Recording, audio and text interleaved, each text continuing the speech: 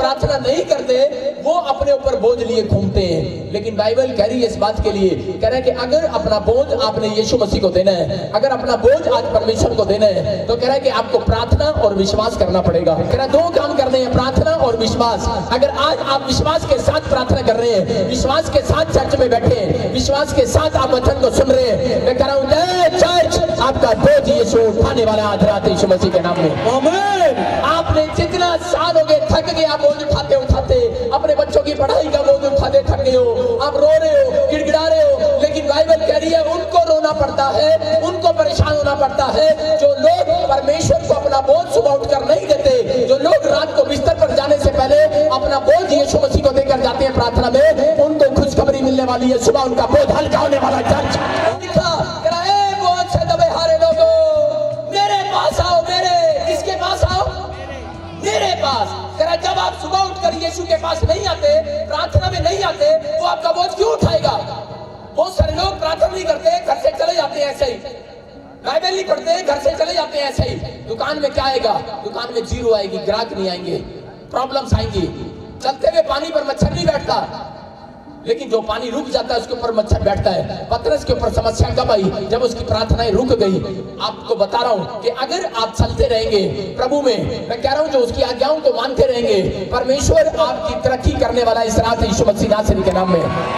आप अपना बोझ एक पास्टर के पास क्यों देते हैं आकर? आपको पता है कि मेरा बोझ मेरा पादरी उठाएगा, लेकिन याद रखना अगर आप सुबह शाम प्रार्थना करते हैं, मेरा परमेश्वर आपका बोझ उठाने के लिए तैयार है। वो कह रहा है कि मेरे पास आओ, बस सुबह शाम मेरे पास आओ, कहता मेरे पास आओ। परमेश्वर ने एलिया को कहा कि एलिया, कह रहा है कि तू मेरा बोझ उठा, कह रहा और जाकर सुसमाचार सुना, कहता है और अकाल पड़ जाएगा। और वो सोच रहा था, कह रहा मैं क्या खाऊंगा परमेश्वर, कहता मैं क्या खाऊंगा, देश में अकाल पड़ा हुआ है, मैं तेरा सुसमाचार सुनाने जा रहा हूँ, मैं तेरा काम करने जा रहा हूँ, अगर मैं प्रार्थना ही करूंगा तो मैं क्या खाऊंगा? परमेश्वर ने कहा इजराइल में आशीष है, इसलिए तू प्रार्थना कर, एक स्थान ऐसा चुन ले कि प्रार्थना कर। बोलता है कहाँ बैठ कर प्रार्थना करूं? बोलता है अकाल पड़ा हुआ है, लेकिन तू जा और एक नाले में जाकर बैठ जा। और बोलता है मैं तेरा इंतजाम करूंगा, मैंने कौवे को आदेश दिया है कि वो सुबह शाम तेरी रोटियों का इंतजाम करेगा। एलिया ने विश्वास कर लिया और जाके नाले में बैठ गया और प्रार्थना करने लगा। था सुबह शाम, इसका मतलब कि कितने साल, कितने दिन परमेश्वर ने उसको उस नाले के अंदर बैठकर खिलाया और वो बैठा रहा, प्रार्थना करता रहा। आज आपको बता रहा हूं ऐसे लोगों के घर परमेश्वर की ब्रेड आने वाली है। अगर आप विश्वास के साथ अपने कमरे में जाकर प्रार्थना करते हैं, परमेश्वर आज आपकी जिंदगी में काम करने वाला है। अगर आपकी प्रार्थनाएं कमजोर हैं, परमेश्वर क्यों आपके घर कब्जा भेजेगा, क्यों ब्रेड भेजेगा आपके घर? मान लो अगर एक व्यक्ति मेरे पास आए और मेरे से प्रार्थना कराए, बोले पास्टर जी कल मेरी रजिस्ट्री है, मुझे 5 लाख रुपए चाहिए, प्रार्थना कर दो। और मैं उसको बोलूं, मैंने कहा जाके नाले में बैठ जा। अगर मैं उसको बोलूं गटर में बैठ जा, गटर का ढक्कन खोलकर नाले में बैठ जा, वो बोलेगा पादरी सठिया गया भाई साहब, दोबारा नहीं आएगा चर्च। लेकिन कौन है ये? एलिया विश्वास कर रहा है किस पर? यीशु मसीह पर, यहोवा की बातों पर विश्वास कर रहा है। एलिया कह रहा था, कह रहा कि मैं तो बोझ में हूं, मैं तो समस्या में हूं। बोलता है अरे जब तू खुदा का काम करता है, जब तू खुदा का बोझ उठाता है, तो आज खुदा तेरा बोझ उठाने के लिए आ गया है। वो कह रहा है तुम्हारी रोटियां स्वर्ग से गिराने के लिए आ गया है। तुम्हारा कह रहा जो डिमांड है वो स्वर्ग से मन्ना गिराएगा हजरात यीशु मसीह के नाम में। याद रखना, यीशु से मन्ना लेने के लिए, यीशु से चंगाई लेने के लिए विश्वास करके आना पड़ता है उसके पास। बोलो हालेलुया, हालेलुया। हाँ, विश्वास कर आया है। मैं देख रहा, उसको बोला जा नाले में बैठ जाओ, नाले में बैठ गया भाई साहब। दिखा सुबह शाम उसके लिए रोटी लेकर आता था। किसके लिए? एलिया के लिए। क्यों परमेश्वर ने आदेश दिया? अरे परमेश्वर की बात पर अगर विश्वास करके, अगर आप प्रार्थना करके अपने कमरे में बैठते हो, याद रखना आपके घर गद्दा एक ब्रेड लेकर आ रहा है चर्च। लेकिन जो प्रार्थना नहीं करते उनके घर कक्का आएगा तो जरूर, लेकिन बीट आएगी। लोगों के ऊपर बीट ही गिरती रहती है, समझ रहे हो? क्यों गिरती है बीट? इसका मतलब नुकसान ही होते रहते हैं उनके। कारण क्या है? क्योंकि वो कभी प्रार्थना नहीं करते। अगर आज आप प्रार्थना करने वाले हैं चर्च, मैं क्या कर रहा हूं, विश्वास करने वाले हैं, एक कक्का आपकी इंतजार कर रहा है, आपके घर पर आने वाला है यीशु मसीह नासरी के नाम में। आमीन। बुलाना है कि नहीं कक्के को? लेकिन क्यों आएगा वो? कह रहा जब आप बोझ नहीं उठाते परमेश्वर का, जो बाइबल में लिखा वो उसको उठाओ।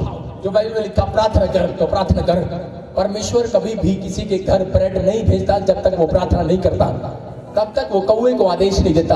यहाँ पर परमेश्वर कह रहे हैं ऐसे लोगों को कि अपने आप ही बोझ उठाए घूम रहे हो। परमेश्वर मेरे बच्चे की नौकरी नहीं लगा है, कैंसर हो गया है, शुगर हो गया है, थायराइड हो गया है, मैं बीमार हो गई हूँ। अरे परमेश्वर कह रहा अपना बोझ मुझे दे दे। तू सुबह शाम प्रार्थना किया कर, परमेश्वर मैं बीमार हो गई हूँ, मेरा खाना कौन बनाएगा, मेरे बच्चे खाना कैसे खाएंगे। अरे चिंता का बोझ परमेश्वर को दे दे, अरे टेंशन का बोझ परमेश्वर को दे। वो क्या कर रहा है यहाँ पर, कह रहा तेरा ब्रेड, तेरे घर का काम, तेरी जॉब, हर इंतजाम क्या करेगा, एंजल आएगा आज रात यीशु मसीह के नाम में। एंजल आने वाला है आपके पास यीशु मसीह के नाम में। आप क्यों चिंता कर रहे हैं, बोझ उठा रहे हैं, सारा दिन बोझ उठा रहे हैं। मेरा बच्चे का वीजा नहीं लगा, इस बार भी वो आईलेट्स में रह गया, इस बार भी वो एमबीबीएस को डॉक्टर में रह गया, इस बार भी वो चीजों में रह गया। परमेश्वर कह रहा है जब तू बोझ नहीं उठाता, परमेश्वर के कामों का बोझ उठा। कहता अगर आप उठा रहे हैं, आपके बच्चों का बोझ परमेश्वर ने उठा लिया, याद रखना यीशु मसीह के नाम में। पास्टर था और उसको रजिस्ट्री करानी थी और वो काफी समय से चर्च की रजिस्ट्री के लिए प्रार्थना कर रहा था। 35,000 रुपए कम पड़ रहे थे। वो बेचारा रोने लगा और रो रहा है और दुआएं कर रहा है, लेकिन परमेश्वर ने उसको कहा जहां मैं तेरे लिए कौवा भेज रहा हूँ।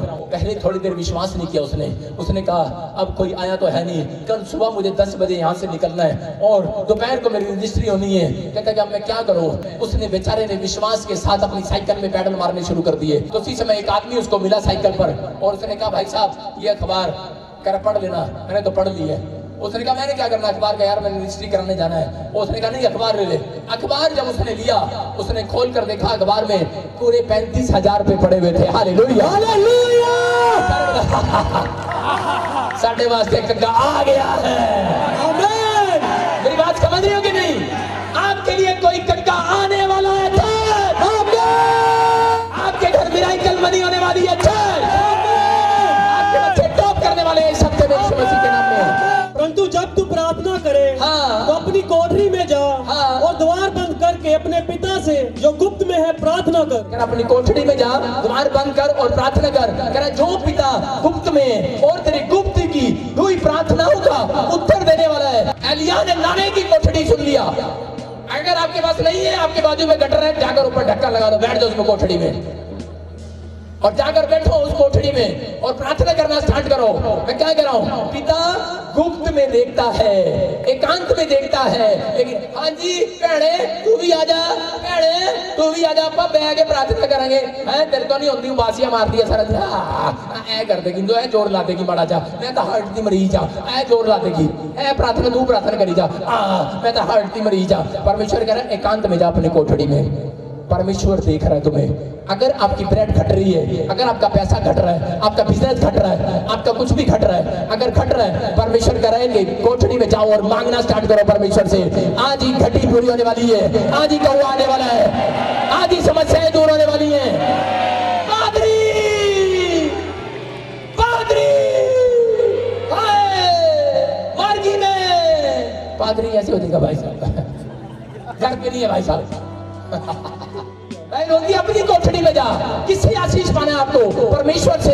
परमेश्वर एक कग्गे को भेजने वाला है। आप लोग चिंता कर रहे हो, आप लोग सोच रहे हो पता नहीं परमेश्वर करेगा कि नहीं करेगा। अरे जब मैं इसको पढ़ता हूँ एलिया के बारे में कि परमेश्वर ने कितना बड़ा मिरेकल किया, कहता कग्गे को आदेश दे दिया रोटी खिलाने के लिए। मैं कह रहा हूँ कि अगर आपकी लाइफ में अगर कोई घटी है समस्या है, आप बोझ उठाई जा रहे हो, आप कोठरी में जाओ, परमेश्वर को बोझ देकर तो देखो, प्रार्थना करके तो देखो। अब 1 घंटा 2 घंटा, अरे यहाँ पर सालों साल 3.5 साल अकाल पड़ा था और कितने साल इसने प्रार्थना किया होगा उस कोठरी में, कितने साल इसने उस नाले में प्रार्थना किया होगा। तो मेरी वाइफ जब प्रेग्नेंट हुई तो उस समय डॉक्टर को जब चेक कराया तो डॉक्टर ने बताया कि तेरी वाइफ के बच्चेदानी में गांठ है और या तो बच्चा रहेगा या तेरी वाइफ। जब मुझे रिपोर्ट का पता लगा, मैं उसी समय दीवार की और मुंह करके हिजकिया की तरह रो रो कर दुआएं किया परमेश्वर के सामने। अपनी पत्नी को बोझ नहीं दिया, वो मैंने खुदा को बोझ दिया, मैंने परमेश्वर को बोझ दिया। मैंने कहा परमेश्वर मैं तेरी सेवा करता हूँ, मैं तेरा बोझ उठाता हूँ, मैं पवित्र आत्मा जी तेरे को अपनी पत्नी का बोझ दे रहा हूँ। मुझे ये चाहिए नहीं, मुझे ये बीमारी चाहिए नहीं। आप कर सकते हो ऐसा, कर सकते हो ऐसा? नहीं करते हम कई बार। अरे शादीशुदा आदमी हो भाई साहब, तो भी पेड़ पे चढ़ गया और प्रार्थना करने लगा, शर्म नहीं करता। अगर परमेश्वर कहे गटर में बैठ जा, गटर में बैठूंगा, लेकिन प्रार्थना करने का मकसद है परमेश्वर का। परमेश्वर कह रहा है किसी भी समस्या में हो, किसी भी गटर में हो, किसी भी खड्डे में हो। दानियल खड्डे में था तो प्रार्थना किया। आप परमेश्वर कह रहे हैं आप किसी भी खड्डे में हो, आप प्रार्थना करो, मेरा परमेश्वर आपका हाथ पकड़कर बाहर निकाल डालने वाला आज यीशु मसीह नासरी के नाम में। आमीन। तेरा जो लोग प्रार्थना नहीं करते उनके ऊपर भीड़ गिरती है। भाई साहब भीड़ ही होती है, मेरे खाली हाथ लौटते हैं। प्रार्थना करो, परमेश्वर को अपना बोझ देकर आओ, पवित्र आत्मा आपका बोझ लेने वाला है। और थोड़े दिन के बाद क्या हुआ, जब मैं अगले दिन मैं फिर गया डॉक्टर के पास, डॉक्टर बोलते हैं कोई गांठ रसोली नहीं है, नॉर्मल। मेरा परमेश्वर है। मैंने उस रात सोच लिया था अगर मेरी पत्नी का ऑपरेशन हुआ, मैं इंजीनियर की नौकरी पे दोबारा जाऊंगा, मैं इंजीनियर बनने के लिए जाऊंगा, मैं फौज की नौकरी कर लूंगा, मैं सेवा नहीं करूंगा तेरी, मैं ऐसा सोच रहा था। लेकिन परमेश्वर सुनता है। वो रात परमेश्वर जानता है कि मुझे पादरी बनाकर रखा अब तक। बोलो हालेलुया, हालेलुया। हमारा दुख है, हम परमेश्वर को बोलते हैं कई बार कि मैं चर्च नहीं जाऊंगा, लेकिन क्या आप अपना बोझ परमेश्वर को देते हो ईमानदारी से? क्या अपना टाइम देते हो, अपना टाइम देते हो परमेश्वर को, अपना दशमांश देते हो? क्या परमेश्वर की मानते हो? अगर आप मानते हैं तो मैं कह रहा हूँ कि एक कद्दा आपके घर में आने वाला, ब्रेड गिराने वाला यीशु मसीह नासरी के नाम में। लिखा सुबह शाम, अगर आप एक कमरे में बैठ जाए भाई साहब, सुबह शाम मेरा खुदा इंतजाम करेगा आपका यीशु मसीह के नाम में। आमीन। आप प्रार्थना करने वाले बनो विश्वास से। आज परमेश्वर प्रार्थना करने वालों के लिए कद्दा भेज रहा है यीशु मसीह नासरी के नाम में। आमीन। विश्वास है कि नहीं? देखो एलीशा के पास एक औरत आई और बोलती है मेरा लड़का मर गया, लेकिन उस समय में उसने क्या किया? बोलता है, कह रहा ये ले मेरी छड़ी लेके जी और इसके घर पे जाना और रास्ते में किसी से बात नहीं करना। लेकिन गेजी ने परमेश्वर की आज्ञा को तोड़ दिया। उसने जाकर वहां पर फट्टी रखा और वो मुर्दा जिंदा नहीं हुआ और आकर कहने लगा, ये भी कहने लगी, करी जड़ा पास्टर तू भेजिया सी, छड़ी दे के भेजिया सी, कम नहीं होया, मुंडा जिंदा नहीं होया। और गेजी क्या करा कर, गेजी क्या करा, मास्टर जी आपने जो छड़ी दी थी ना काम नहीं करी वो। एलीशा ने बोला, कह रहा मैंने तेरे को क्या बोला था? मैंने कहा था, कह रहा आदेश दिया था कि जब तू मिशन में जाए, मिशन है ये मिशन, कह रहा जब तुम अपनी कोठरी में जाओ, मिशन है मिशन, किसी से बातें नहीं करना, कोठरी की कुंडी लगा लेंगे, इंग्लैंड का फोन आ रहा है मेरे पति का, पहला मैं फोन सुन लिया। फास्टिंग में फोन सुनते रहते हैं, फोन पे बात करते रहते हैं। और परमेश्वर क्या कर रहा है, अपनी कोठरी में जा, द्वार बंद कर और अपना मुंह भी बंद कर दूसरों के लिए। बोला हालेलुया। यही कारण है कि वो नहीं हुआ। लेकिन यहाँ पर कह रहे जब इसने बात किया उसके बाद ये छड़ी भी बेकार हो गई और उसके बाद सीधा एलीशा उसके घर पहुंच गया और उसके ऊपर ही बैठ गया और मुर्दा जिंदा हो गया। सारे बोला हालेलुया। समझ रहे हो कि नहीं? कहता है तेरी वजह से मेरी छड़ी भी खराब होगी। समझ रहे हो कि नहीं? तो अगर ये उसकी मां की तरफ इशारा भी कर देता तो वो भी गिर जाती है। कर ऐसे करके विश्वास से। हालेलुया। Amazing miracle. प्रॉफिट जी के बोलते ही चेले के ऊपर अनॉइंटिंग आ गई। इसके हाथ में नहीं है पावर, मेरी छड़ी में है। मेरी छड़ी में नहीं है, मेरी जुबान में पावर है। हालेलुया। मेरी जुबान में पावर नहीं है चर्च, मेरी कोठड़ी में पावर है। हालेलुया। यीशु करे मैं तुम्हारी कोठड़ी में कैसे आऊं, मैं तेरे दिल में कैसे आऊं, मैं तेरे घर में कैसे आऊं जब तू प्रार्थना नहीं करता। जब आप प्रार्थना करते हैं आपकी कोठड़ी में यीशु आने वाला है। आमीन। ब्रेड आने वाली है, बरकतें आने वाली है, तेरा वीजा आने वाला है, आशीष आने वाली है।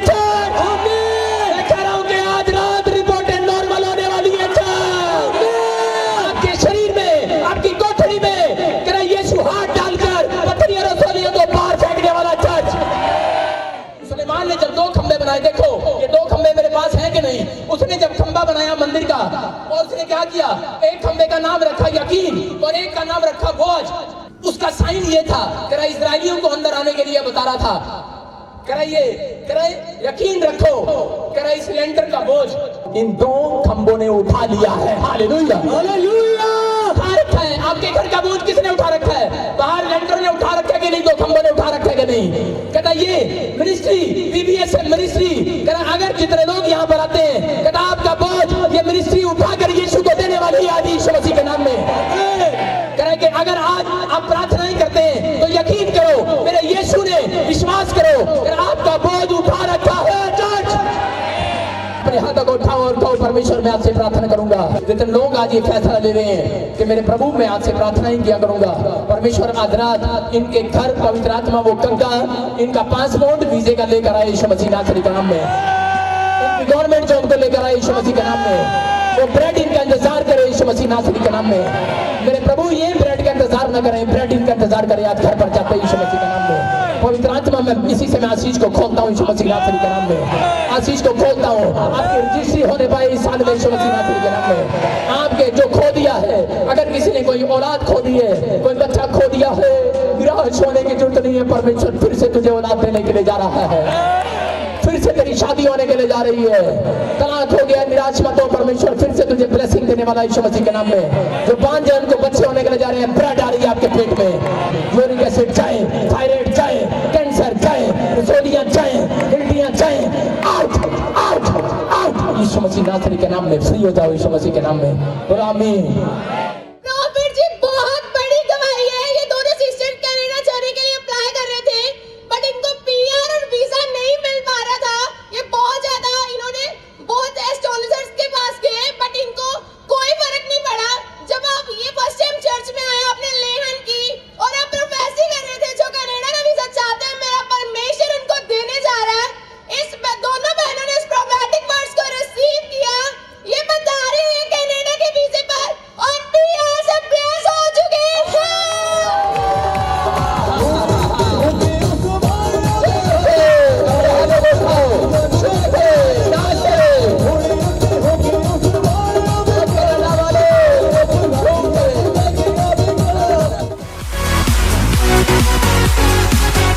प्रॉफिट जी कुछ हमसे की हाँ हाँ हम लोग लास्ट टाइम अप्रैल से यहाँ पे आ रहे हैं। पास्टर जी ने 17 अप्रैल को हम लोग की प्रोफेसी की थी कनाडा की।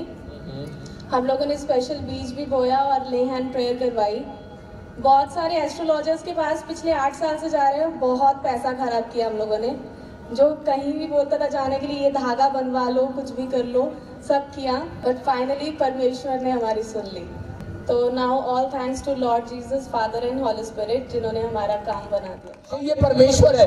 अगर आपकी जिंदगी में कोई काम नहीं हुआ, जो मेरी तरफ देख रहे हैं लाइन में बैठ के भी और यहाँ पर भी, निराश होने की जरूरत नहीं है। अगर रिफ्यूजल लगी है, आ जाना मेरे चर्च में। पास होने वाले यीशु मसीह के सामर्थ्य नाम में। एक बार टेस्ट करके देखो, प्रार्थना करके देखो, काम होने वाला है। चर्च आशीष आने वाली है।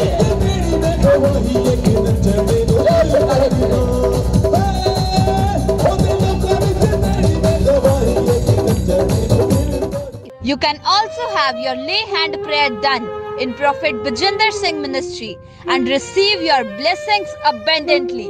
For more information, contact our prayer line number 0172 5100 777. और प्रॉफिट बजिंदर सिंह मिनिस्ट्री की वीडियोस को पहले देखने के लिए रेड बटन दबाकर सब्सक्राइब करें, ज़्यादा से ज़्यादा लाइक, शेयर और कमेंट करें।